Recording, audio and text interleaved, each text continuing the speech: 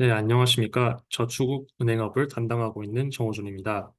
현재 저축은행업은 다방면에서 어려움을 겪고 있는데요. 부동산 PF 포트폴리오가 정리되는 과정에서의 부담과 더불어 가계 신용대출과 사업자 모기지론에서도 건전성 저하가 빠르게 진행되고 있습니다.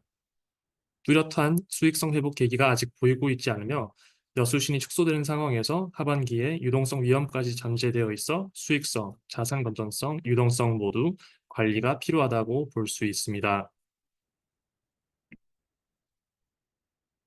오늘 발표는 PF 대출의 사업성 평가 결과, 건전성 현황, 전입 위험, 충당금 적립 수준 및 추가 부담에 대해서 설명드리고, 추가적으로 하반기에 현실화될 것으로 예상되는 유동성 위험에 대해 말씀드리겠습니다.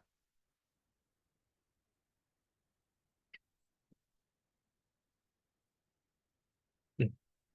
사업성 결과 말씀드리기 전에 히스 커버리지에 대한 간단한 설명 드리겠습니다. 2024년 6월 말 기준 업권 총여신 97조 원에서 히스 커버리지가 차지하는 비중은 23%이고요. 부동산 PF는 약 10% 정도의 비중을 차지합니다. 다만 오른쪽 그래프에서 히스 커버리지의 부동산 PF 유의 이하 비율과 유의 이하 커버리지를 보시면 업권 전체와 상당히 유사한 수준인데요. 이를 고려할 때 개별 저축은행 간 PF 사업장의 리스크가 차이가 크지 않다고 판단되어 키스 커버리지 포트폴리오를 통해 업권 현황을 파악하는 데 큰 무리는 없을 것으로 보고 있습니다. 그러면 이제 저축은행 사업성 평가 결과부터 말씀드리겠습니다. 저축은행은 2024년 6월 말 기준 부동산 PF의 26%가 유의 이하로 분류되었습니다. 브릿지론 유의 이하 비율은 42%, 본 PF 8%로 모두 증권이나 캐피탈을 상회하는 수준이고요. 이는 저축은행의 금감원 1차 평가 대상 사업장 비중이 전체 사업장의 40%로 타업권 대비 월등히 높았던 점을 고려할 때 어느 정도 예상 가능했던 부분입니다. 주목할 점은 브릿지론의 부실 우려 비중이 30%로 유의보다도 상당히 높다는 것인데요. 선순위 비중이 높기 때문에 부실 우려로 분류되더라도 유의 사업장과 충당금 적립률에 큰 차이가 없었던 것으로 파악됩니다.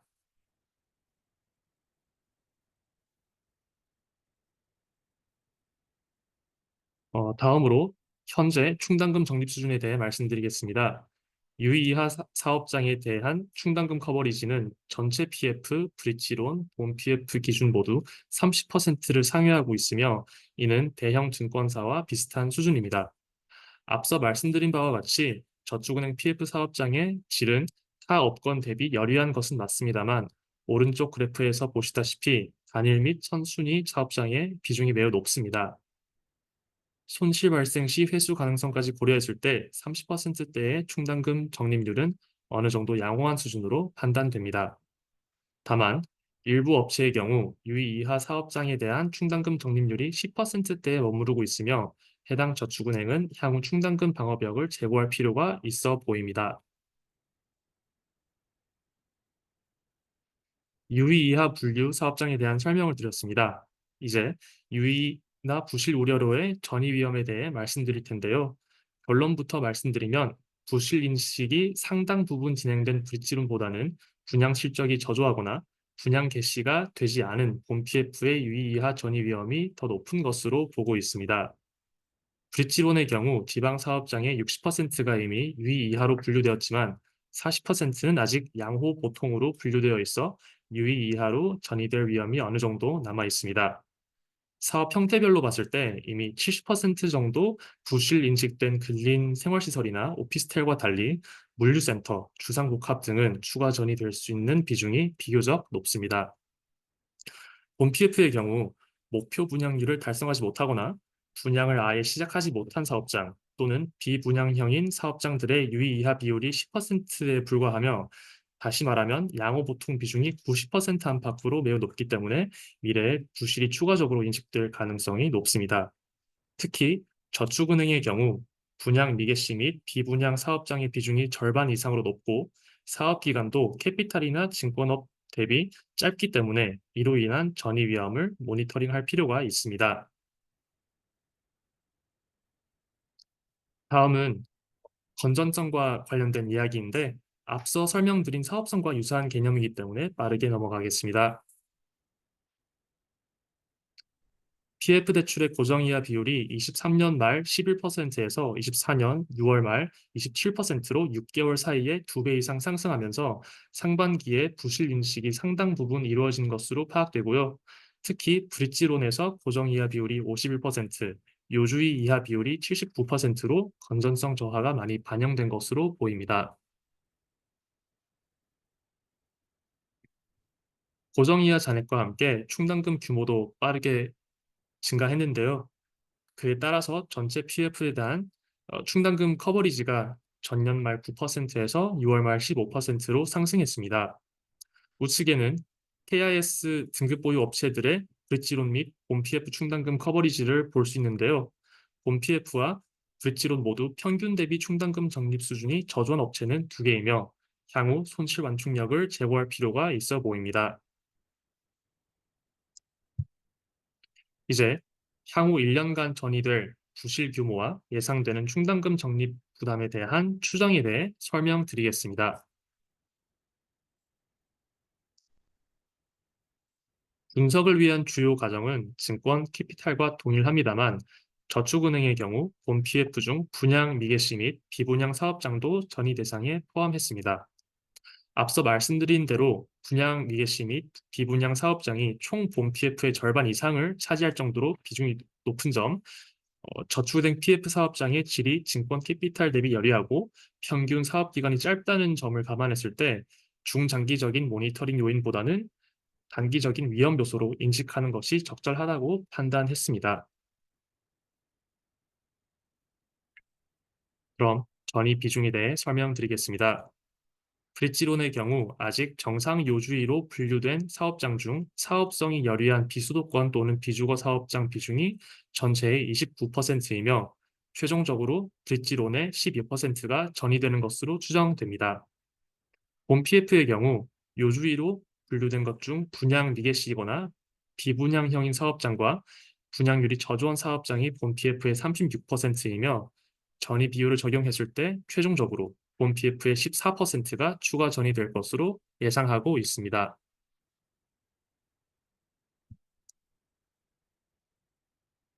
전이 이후 저축은행의 부동산 PF 건전성은 현재보다 더 저하될 것으로 보입니다.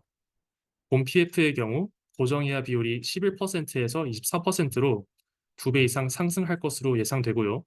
브릿지로는 전이 후 고정이하 비율이 57%로 절반 이상이 부실 자산으로 인식될 것으로 보고 있습니다. 업체별로 봤을 때 브릿지론 전이 반영 후 고정이하 비율이 평균치 57%를 상회하는 업체는 3개인데요. 이 중 C 업체의 경우 전이 전후로 차이가 없어 대부분의 부실 인식을 미리 마친 것으로 파악됩니다.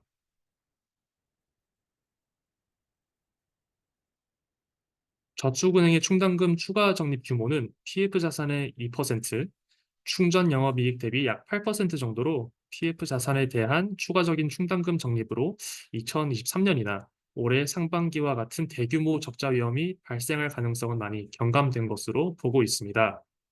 이에 따라 부동산 PF 추가 손실에 의해 자본 비율이 저하될 가능성 역시 낮습니다. 2024년 6월 말 기준 히스커버리지 업체는 모두 BIS 자기 자본 비율이 금감원 권고 비율인 11%를 상회하고 있습니다. 다만 저축은행의 수익 창출력 자체가 2020년에서 2021년 수준 대비 낮아졌다는 점과 부동산 PF 이외 가계신용대출, 사업자 모기지론 등에서의 대손 부담이 여전히 존재하는 점을 고려할 때 업권의 이익 체력과 자본 관리 능력은 지속적으로 주시해야 할 필요는 있습니다.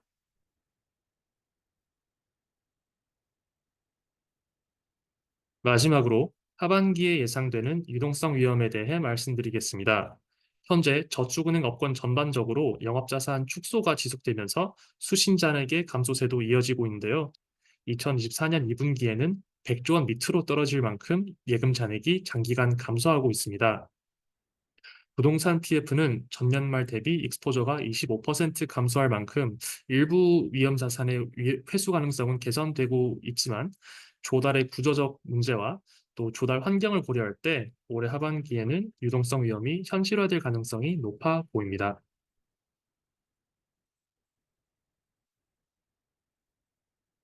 먼저 저축은행 조달의 구조적 취약점에 대해 말씀드릴 텐데요. 저축은행의 예금 만기는 연말에 집중되어 있는 경향이 강합니다. 첫 번째 그래프를 보시면 평균적으로 예금의 47%가 업체에 따라서는 54%까지 올해 하반기에 만기가 도래한 것을 보실 수가 있습니다. 또한 예금 구성 측면에서도 높은 퇴직연금 비중이 저축은행 조달의 특징이라고 할 수 있습니다. 평균적으로 예금 조달의 26%가 높은 업체는 44%까지 퇴직연금으로 구성되어 있습니다. 퇴직연금의 경우 신용등급 하향 등으로 취급이 어려워질 경우 해당 조달분을 일반 예금을 통해 조달해야 하기 때문에 유동성에 미치는 영향이 클 수 있습니다. 최근 지속적으로 하락하고 있는 예금은행 수신금리와는 반대로 눈에 띄게 상승 중인 저축은행 예금금리도 이와 같은 맥락 속에서 설명이 가능합니다. 신용등급 하향이 올해 5월에서 6월까지 집중되었던 가운데 퇴직연금 의존도가 높은 업체들의 경우 예금 구성을 조정할 시간이 충분하지 않은 상황에서 대규모 만기 도래가 다가오고 있기 때문에 수신금리를 빠르게 올리고 있는 것으로 분석됩니다. 가장 우측 그래프를 보시면 금리 상위 10개 저축은행의 평균 금리가 2024년 9월부터 4% 이상까지 상승한 모습이며 연말까지 지속적으로 상승할 것으로 보입니다. 어, 올해 등급 하향 조정이 이루어진 저축은행 중 퇴직연금 조달 비중이 높은 업체에 대해서는 유동성 관리 능력을 주시할 필요가 있어 보입니다. 그럼 이상으로 저축은행 발표를 마치겠습니다. 네, 이어서 저축은행 관련 질문 드리겠습니다. 저축은행 등급 하향 또는 부실이 금융시장에 미치는 영향은 어떠할지요? 라는 질문입니다. 네. 어, 저축은행의 등급 하향이나 부실이 업권에 미칠 영향은 유동성 위험이라는 한마디로 정리할 수 있을 것 같습니다. 발표에서 말씀드린 대로 저축은행 예금은 하반기 만기 집중과 높은 퇴직연금 비중 등의 구조적인 특징이 있습니다. 특히 퇴직연금 상품을 취급하기 위해서는 투자 등급 이상의 신용 등급이 필요한데 업체에 따라 등급 하향 조정 시 퇴직연금을 통한 조달이 어려워질 수도 있습니다. 실제로 올해 상반기 중 저축은행에 대한 신용등급 하향 조정이 많이 이루어졌고 퇴직연금 사업자들이 일부 저축은행 예금 상품을 퇴직연금 상품에서 제외하는 일이 발생했습니다. 등급 조정이 5월에서 6월 사이에 집중되어 이제 예금 구성 조정 등에 대비할 시간이 충분하지 않았던 것으로 보입니다.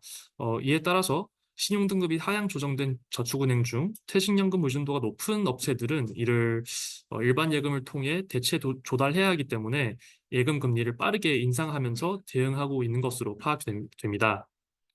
실제 일부 저축은행들의 예금 금리는 9월 말 현재 4%를 초과한 상황이고요. 이러한 추세는 연말까지 지속될 것으로 예상됩니다.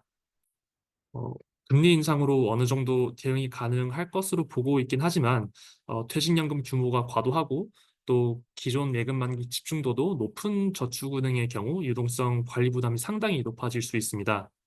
이로 인한 전이 위험에 대해서는 모니터링이 필요하다고 보고 있습니다. 이상 답변 마치겠습니다.